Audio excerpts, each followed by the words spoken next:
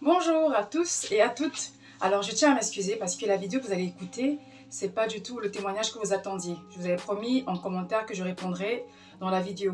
Mais je pourrais pas, malheureusement, mais c'est pas grave parce que la semaine qui va suivre, à coup sûr, vous aurez la vidéo sur mon témoignage, comment j'ai vécu le célibat, quelles ont été les épreuves, qu'est-ce que j'ai eu à faire et tout.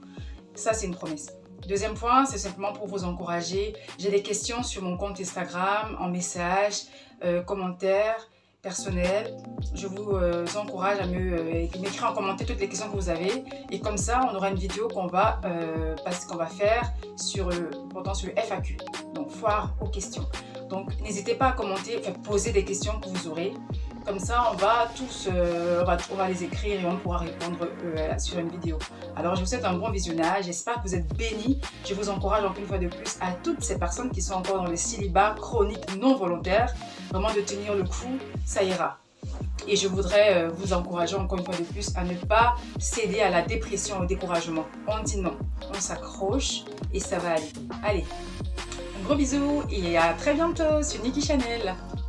Bonjour à tous. Bonjour, bienvenue encore une fois de plus sur Nikki Chanel.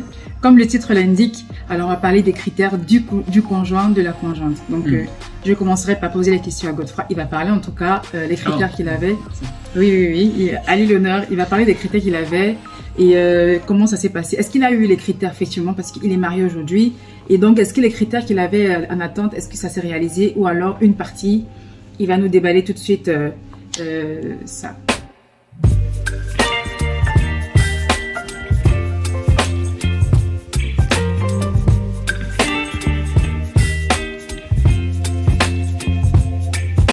C'est à toi. Eh bien, oui. J'avais une liste de critères, mais elle était très courte, elle était très basique. C'était vraiment sur... moi, ce que je recherchais chez une femme, c'était vraiment... Pardon, excusez-moi. C'était vraiment la définition qu'il y a dans la Bible de la femme virtuelle. C'est-à-dire qui est sage, posée, réfléchie, travailleuse, entre guillemets. Ouais. Travailleuse, oui. Qui soit un soutien, qui soit un réel soutien, oui. Comme dans la Genèse qui dit une aide semblable à Dieu, un vrai soutien quoi, quand il y en a besoin. Donc c'était ça, c'était la sagesse. Il fallait par contre, je crois pas que c'est mis comme critère dans la femme vertueuse, mais en tout cas, moi je l'avais mis, je voulais qu'elle soit fervente et plus que moi. Ça c'était vraiment important parce que moi je sais que je suis pas à l'état, en tout cas, même actuellement, mais je suis pas au niveau que moi je t'estime toi. Pour moi, tu es vraiment fervente. Et j'avais besoin de quelqu'un qui me soutienne, qui, entre guillemets, qui m'aide, une aide semblable, encore là aussi, dans la foi, qui sache me dire non, fais confiance à Dieu dans tel moment. Ou que ça marche dans les deux sens, certes, mais que je sache que tu es là pour m'aider. Que c'est pas que tout ne va pas venir que de moi, tu vois ce que je veux dire. Donc sage, fervente, qui soit un soutien, une aide semblable, patiente avec moi, qui aime ma famille, ma mère encore une fois, je lui ai souvent dit, je n'accepterai pas une femme qui ne t'apprécie pas, parce que t'es un modèle de simplicité et de gentillesse, donc je lui ai toujours dit ça et ça a plutôt bien collé. En tout cas, Dieu a répondu parce qu'effectivement, sans faire d'efforts, j'aime sa mère. Elle est aimable, elle est simple, elle ne casse pas la tête. Voilà. Et j'avais un dernier critère et là, par contre, j'avais un peu peur. C'était quoi? C'était, je demandais à Dieu, Seigneur, fais que je la trouve merveilleusement belle, au moins belle. Au moins à 70% parce que j'avais peur en fait que elle te plaise pas. Pas à 100% en fait. Je me disais Seigneur, il va me réserver une femme qui aura beaucoup de qualité, mais parce que lui, je sais pas si dans ma vision, je me disais, il s'attarde pas sur le physique, il s'attarde sur les qualités du cœur, de l'esprit, tout ça. Et du coup, je disais, oh non, Seigneur, fais que quand même elle soit belle, que je sois amoureux d'elle, au moins à 70%. La négociation de ça. C'est ça.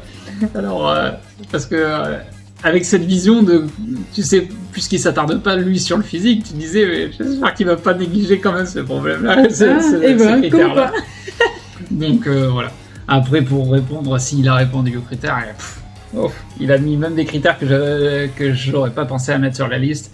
Lui-même, c'est comme s'il avait pris la liste. Attends, t'as oublié ça, t'as oublié ça, t'as oublié ça. Oh là là, en tout cas, ça me... Du coup, ouais, là, c'était mes critères. Et... j'espère qu'on va pouvoir finir la vidéo.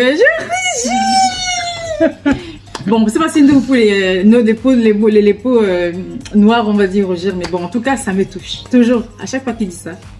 Et ce que j'aime bien en plus, c'est que tous les jours, encore ce matin, tu vois, je te regardais comme ça et je fais, elle est parfaite. Elle est parfaite parce qu'elle n'est pas que belle, elle n'est pas que magnifique, elle est sublime, mais c'est surtout que c'est vraiment un soutien. C'est une femme battante, une femme qui ne te laisse pas faire, qui a fermé dans la foi. Vraiment, t'es un appui quand moi ça va pas. Je sais que tu es là pour me réconforter et j'espère être là aussi, moi, un soutien. Mais ça, tu vas y répondre tout à l'heure, ça va ta part. Ouais, tu remplis vraiment énormément de qualités. Donc, bon, il faut pas que je pleure, sinon je pourrais pas dire, mais ça me touche beaucoup, j'avoue. Je suis souvent estomaqué, ouais, quand des fois, il faut que tu parles, soit moi, des fois je t'écoute même pas parce que je suis désolé, mais je réalise à quel point Dieu m'a béni avec une femme comme ça. Donc, c'est là que tu vois que, oui, attendre d'être chaste et tout ça, toutes ces années de difficultés, de désert sentimental, eh ben, ça a été récompensé. Comme on dit, comme c'est marqué dans la Bible, Dieu, par rapport aux années de sécheresse. Que le Seigneur restaurera les années qu'ont dévoré les sauterelles. Exactement. Un soutien. Donc non, ouais. Moi, encore une fois, je me vois pas, j'ai pas une haute estime de moi, mais en tout cas, je sais que j'ai pas une grande foi. Je suis pas un modèle de chrétien. Et je sais que... Non, dis pas ça. Non, mais après, c'est pour ça que je demandais un soutien à une femme qui est fervente. Parce que j'ai besoin de Dieu. Et dans une aide semblable, c'est une aide semblable à Dieu qu'il voulait dire. Donc c'est vraiment ça que tu es. Ouais. Donc tu coches beaucoup de critères dans ma vie. Et merci, je suis beaucoup. Très comblé de t'avoir dans ma vie. Merci. On en parlera tous les deux. Ça. C'est vrai qu'il me le dit très souvent, il me le rappelle.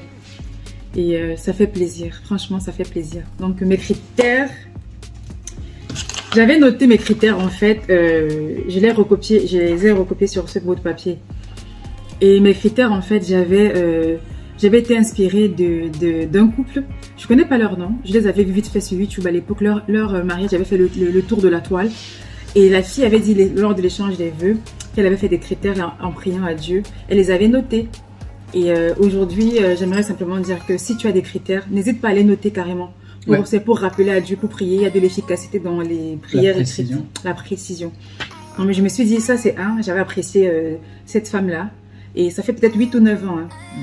Deuxième point, c'est que j'avais pensé, en fait, le passage biblique, je ne vais pas mettre trop de temps là-dessus, mais juste le passage biblique de l'homme aveugle qui était né aveugle et qui avait dû entendre parler de Jésus, qui avait couru vers Jésus, qui avait dit Maître, guéris-moi. Non, il a dit, aie pitié de moi, un truc comme ça, je vais paraphraser. Et donc Jésus était avec ses disciples, et donc les disciples, apparemment les disciples étaient là, le regarder, tout ça, et Jésus qui demande à l'aveugle, que veux-tu que je fasse pour toi? Question bête, parce que pour un aveugle, forcément on va se dire que mais Jésus, t'es sérieux là? Forcément il veut recouvrir la vue, tu vois. Et il a quand même demandé à l'aveugle, qu'est-ce que tu veux que je fasse pour toi? Jésus peut-être s'est dit, ça se trouve une pièce de monnaie pour acheter du pain, peut-être qu'il veut que j'ai pris pour le mariage, peut-être il savait ce qu'il voulait. Mais il voulait que le monsieur, qu'il ouvre la bouche, qu'il dise précisément ce qu'il veut. Donc il y a aussi la puissance dans la précision de ta requête. Donc il faut être précis dans ce que tu veux, tu dois dire avec certitude et rappeler, importuner même Dieu s'il le faut. Donc moi je me suis dit, ok, sur base de ça, on soit comme Jacob. Soit comme Jacob. Oui, Jacob par contre il a bagarré, lui il a forcé. Donc moi j'avais fait ça, j'avais fait les critères, donc je vais vous lire, j'avais 2 colonnes, les critères modifiables et non modifiables, les critères négociables et non négociables. Dans non négociable, la base c'est qu'il ait la crainte de Dieu, je le répéterai jamais assez.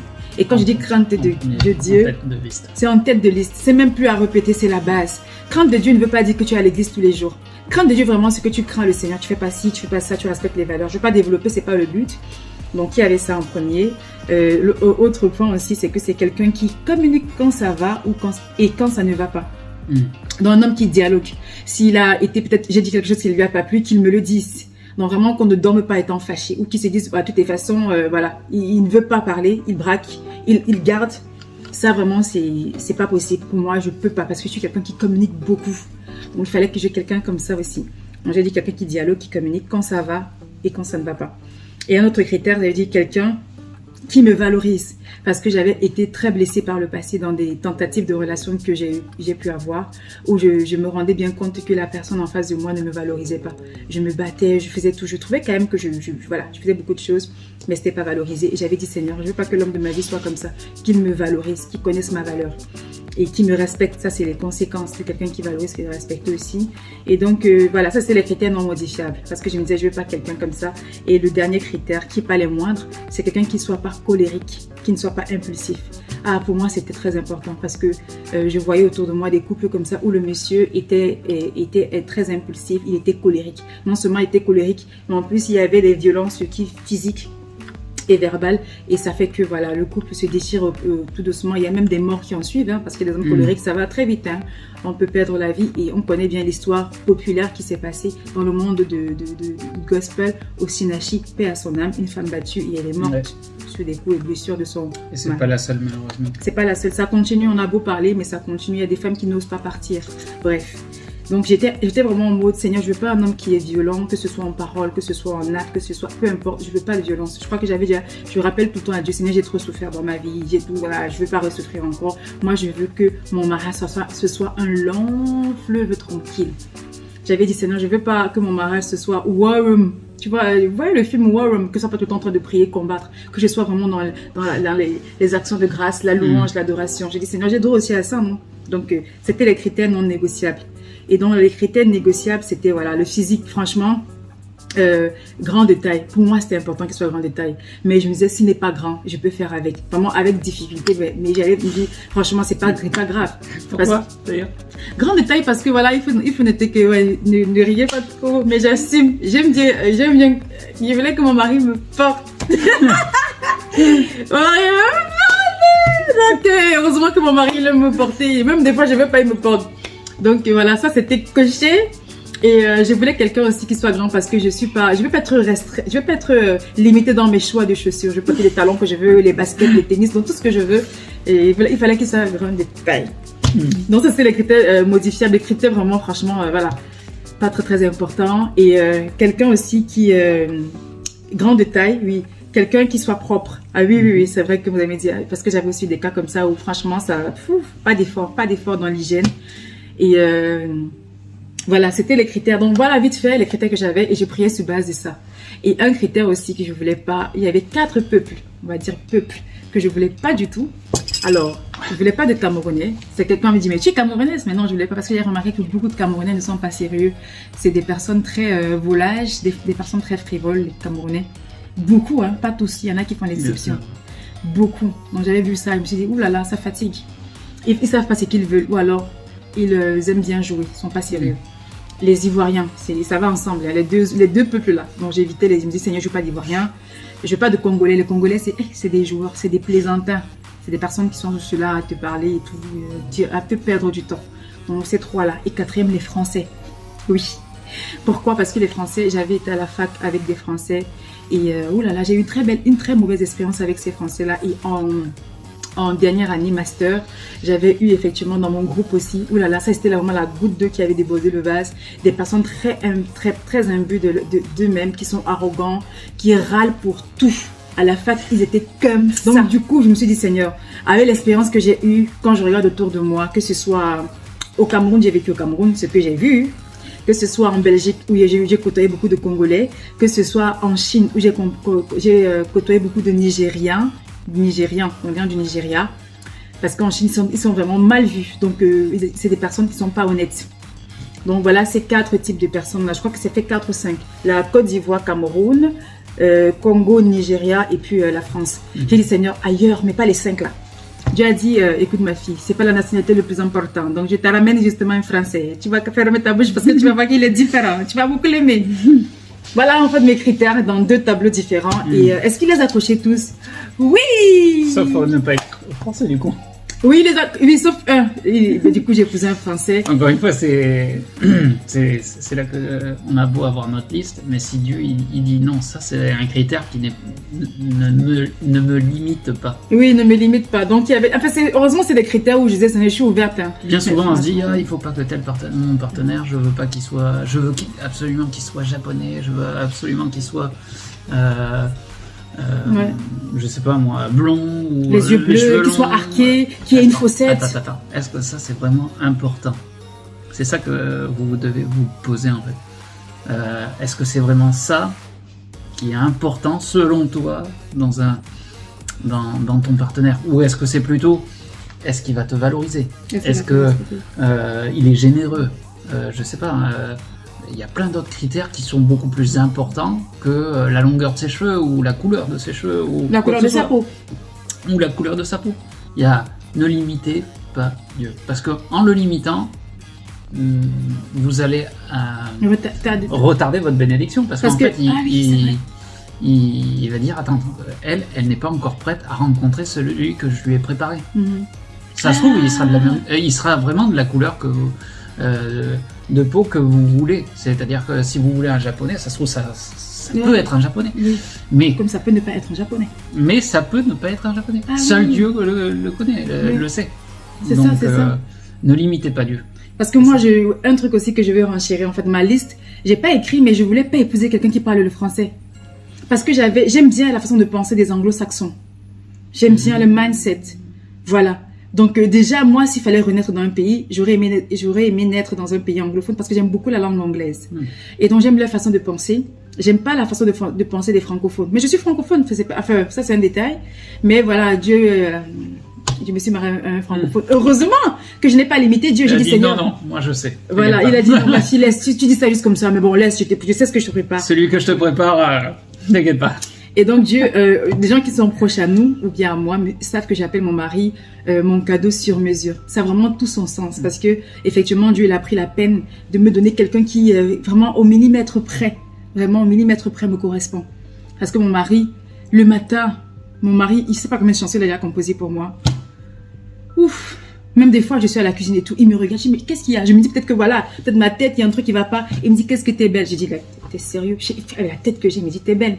Donc, il me valorise et non seulement ça, il me valorise auprès de ses parents, auprès de sa famille, auprès de ses proches et auprès de mes parents, de ma famille, de mes proches et auprès de moi. T'es ma fierté. Et voilà. Il me dit ça, que tu es ma fierté. Donc tout ça, j'ai dit, mais waouh, Seigneur. En fait, ça me rappelle que j'avais prié pour ça, que je veux un homme qui me valorise. Et effectivement, il n'avait pas prévu épouser une Africaine. Non, surtout que j'en côtoyais pas. Donc, je suis la première qui le côtoie, n'est-ce pas? J'en ai déjà croisé, c'est pas ce que tu as croisé, mais côtoyé, non? J'en avais aucune qui était vraiment des connaissances, des bonnes connaissances ou des amis ou quelque chose. Donc, et j'avais pas de frein à ça. Moi, j'avais pas de limite par rapport au... Oui, c'était pas un problème, non? Non, moi, pourtant, j'ai vécu en campagne et on peut se dire que les gens en campagne sont généralement racistes ou quoi que ce soit, ou fermés et tout ça. Mais encore une fois, ça montre, ne faites pas des généralités. Parce que comme la Muriel vient de le dire, elle pensait ça des Français. Et la preuve étant qu'au final, Dieu lui a dit, tu vois, les Français, ils sont pas tous comme ça. Ils sont pas tous comme ça. Et ça revient sur toutes les généralités que tu as pu faire sur les Congolais, les Camerounais, tout ça. Oui. C'est qu'on pense généralité, et on se dit pas, attends, non, ils sont pas tous comme ça. Il y a des exceptions. Et un autre point aussi que je voulais ajouter en fait, c'est par rapport au fait que lorsque on attend de se marier, pendant qu'on est célibataire, j'avais fait une chose, c'est que j'avais demandé au Seigneur vraiment de me montrer les points qu'il faut que j'améliore dans ma vie. Parce que je trouvais que voilà, je me dis ça va quand même. Quand je vois les gens autour de moi qui se marient, je me dis mais qu'est-ce qui manque chez moi? Je vois pas ce qui manque. Mais Seigneur, s'il te plaît, sur base de ta parole, encore une fois de plus, moi je dirais toujours ça. C'est pas la peine de tourner. Mais je vous dis clairement ce que je faisais, c'est que je disais Seigneur, ta parole dit. Parce que lorsque tu pries avec la parole de Dieu à l'appui, allez, c'est efficace, c'est productif, ça marche. On disait Dieu Seigneur, tu dis dans ta parole que invoque-moi, je te répondrai, je te montrerai les choses cachées que tu ne connais pas. Moi, je sais pas ce que j'ai comme problème. Peut-être que lui, enfin, je vais dire, les gens autour de moi ne le voient peut-être pas. J'ai dit, Seigneur, s'il te plaît, révèle. Et que je sois vraiment prête à accepter ça et de travailler. Il a pointé, hein. J'ai commencé à plus m'intéresser, à travailler en fait, de gérer la solitude, d'être seule, d'apprécier ma présence. Oui. Parce que je suis quelqu'un qui est très tout le temps entouré. J'aime bien être entouré, avoir les gens autour de moi. Donc il fallait que j'apprécie être seule, d'apprécier ma présence, ma propre présence. Et que je passe plus de temps dans la présence de Dieu. Je cultive vraiment ça. Parce que des fois, je rentre de l'école ou je rentre du travail, parce que j'ai un petit job étudiant. Je voulais toujours avoir quelqu'un avec qui parler. Dit que, ouais, comment s'est passée ta journée et tout. Non. Dieu dit que, mais tu sais que tu peux me demander aussi ça. Ouais, ça m'intéresse de savoir comment t'as passé ta journée. Donc, des fois, je faisais le petit jeu. Je dis, Seigneur, voilà, en fait, t'as même pas vu. Peut-être que tu n'as pas prêté attention. En tout cas, il y a eu ça qui s'est passé. Et ça me permettait d'évacuer. Le Congo, ça, de ça, avec Dieu. Avec Dieu, oui. Ah oui, je parle. Je crois que Dieu dit, en tout cas, j'étais crié. Ma fille, tu parles, hein? Donc, je lui parlais beaucoup. Et aussi, un autre point, c'est que j'avais pris des personnes j'avais contacté des personnes que j'avais côtoyées, que ce soit à la fac, en Chine, que ce soit en Belgique, peu importe, mais des personnes qui étaient vraiment très sincères et qui me connaissaient quand même. Je leur ai demandé, soyez sincères, je veux savoir quels sont mes défauts. Allez-y, franchement, je suis préparée. Et mes qualités aussi. Il y a un qui était honnête, qui m'a dit, voilà, que je dégageais des odeurs. Voilà, c'est vrai que ça me fait un peu... de la puberté, tu veux dire? La puberté, oui, je crois que je ne sais pas trop. J'étais déjà une jeune femme, je crois que j'avais autour de 20 ans. Hein. Donc, est-ce qu'on parle de puberté à cet âge? Non, on parle de la jeune fille. On parle déjà de la jeune fille, donc de la jeune femme. Donc, il m'avait dit... Ça a été une phase où tu avais des problèmes de ce type-là. De ce type-là, je dégageais des odeurs. Ça encore, c'est peut-être... C'est plus le cas. Ce n'est plus le cas. Mais ça a été une phase et... Ça a été une phase. En fait, il m'a dit ça. Enfin, c'était même un garçon, hein, pour vous dire, avec qui j'étais à la fac en Chine. Et je lui avais dit, parce que je savais que lui, il était honnête. J'avais remarqué qu'il n'était pas du genre. Donc, j'ai dit, ok, je préfère qu'il me dise. Il m'a dit mes qualités et il m'a dit mes défauts. Et les défauts, c'était ça qu'il a noté. Il a dit que voilà, toi, c'est ça que je trouve comme défaut. Et vraiment, arrange ça au niveau des odeurs et tout. Et donc, moi, je me disais, comment est-ce que je peux faire? Donc, j'essayais d'acheter les déodorants neutres. Le truc aussi, c'est que tu as réalisé à ce moment-là que tu avais un défaut et que personne ne te l'avait dit. Personne ne me l'avait dit. Quand est-ce que j'ai su ça? Oui.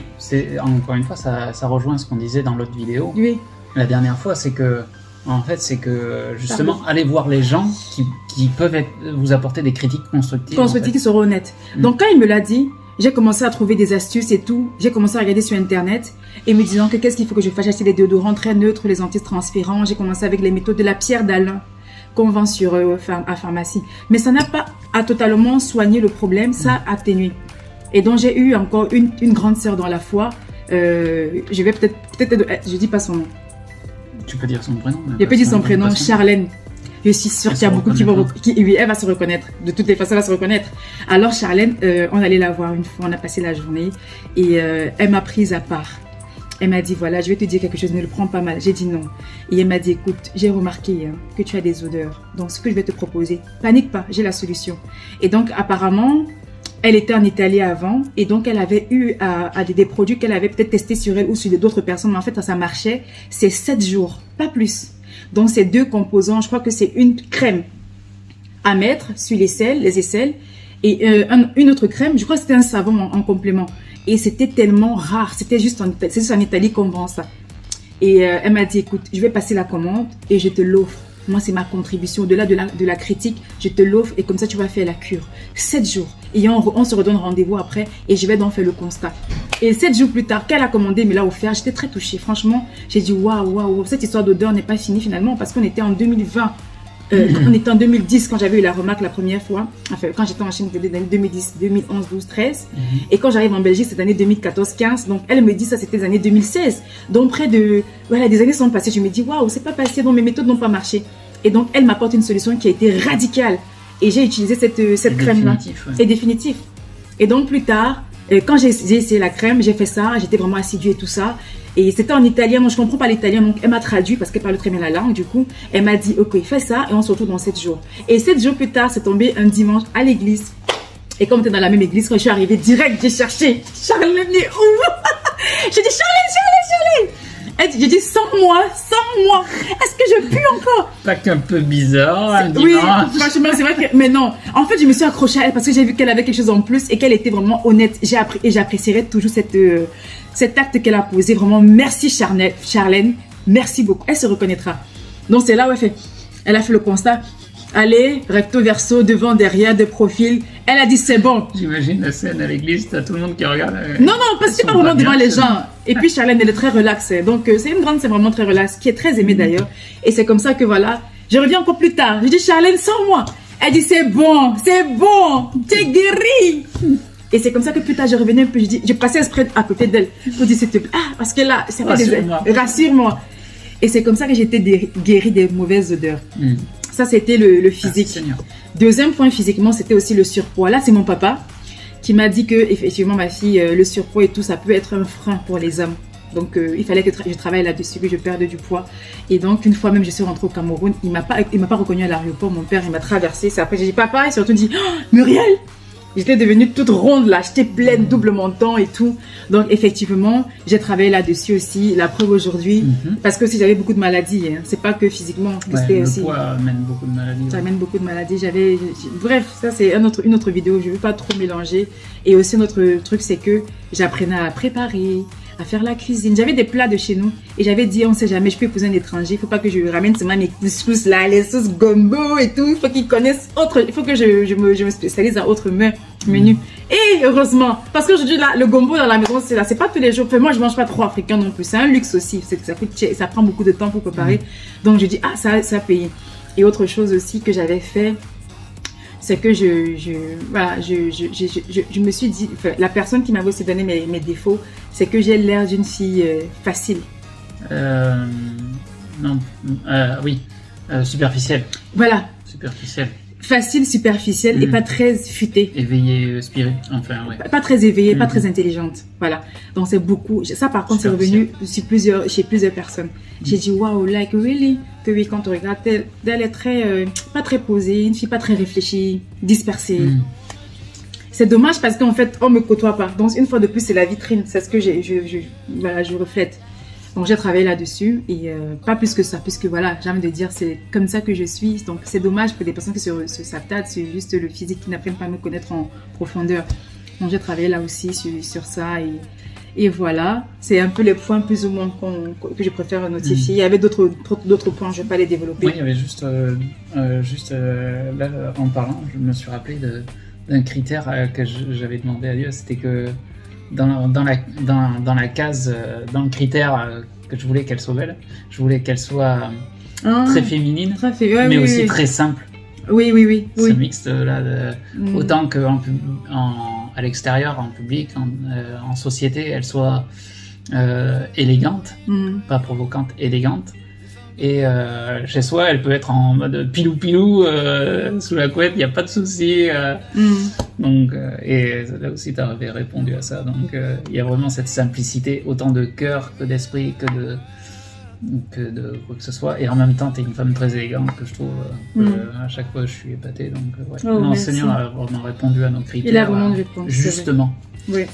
Et il a ajouté des critères qu'on n'avait pas pensé pour ma part. Donc, franchement. Il a ajouté. Moi, je voulais que mon mari soit quelqu'un qui soit très famille. Parce que pour moi, c'est pas négociable. La famille, c'est la famille. Hein, c'est la base. Hein. Beaucoup jouent avec leur famille. Dommage. Ça, et qui aime le piment aussi, t'avais comment. Pour le piment, j'arrive chez lui le premier jour, je vois qu'il a carrément une collection d'épices. J'ai dit, mais moi qui suis une femme africaine, j'ai pas autant d'épices chez moi. Mais là, j'ai dit, Seigneur, ça c'est peut-être un signe. Hein. Les autres n'étaient pas encore mariés. Mais si là, c'était pas confirmé, là, c'est confirmé. J'ai dit, Seigneur, ça c'est fort quand même comme signe. Il aime beaucoup les épices, il mange les mets de chez moi, certains mets, hein, comme le gombo. Encore, il y a une façon de préparer. Le bâton de manioc, le poulet DG. Ouais. Le poulet DG, c'est un des premiers plats. Les premiers plats que Elsa a fait goûter. Elle a baptisé Godefroy dès la première année avec un bon poulet DG. Il a dit, je mange pas trop sucré, salé, ça fait bizarre. Elle a dit, mange. Mange seulement. Je suis pas trop, je suis vraiment pas du tout sucré salé. Et là, il a mangé, il a dit, est-ce qu'on peut rajouter? Elsa a dit, ça c'est ton mari, Muriel, c'est ton futur mari là-bas. C'est bon, il a passé le test. Bon, ça c'est pour rire, hein. C'était vraiment pas. Mais c'est Elsa qui a initié une amie qui l'a initié mon mari au plat africain. Merci à toi, Elsa. Oui, merci à Elsa. Ok, donc on va s'arrêter là. Ouh là là, on a déjà on va s'arrêter là pour aujourd'hui. Et on va dire la prochaine vidéo, incessamment sous peu, va sortir. Ce sera sur comment il a su que j'étais la bonne personne, comment j'ai su qu'il était la bonne Comment on personne. a été convaincu que l'autre était bon ou choix. la bonne partenaire, Oui. le bon choix. Ouais. Voilà. Celle ou celui que Dieu nous réservait en fait. Mhm. Donc voilà. Ça marche. En attendant, soyez bénis, que Dieu vous bénisse Que Dieu vous bénisse. abondamment et qu'il vous garde. Gros bisous à tous. Bisous.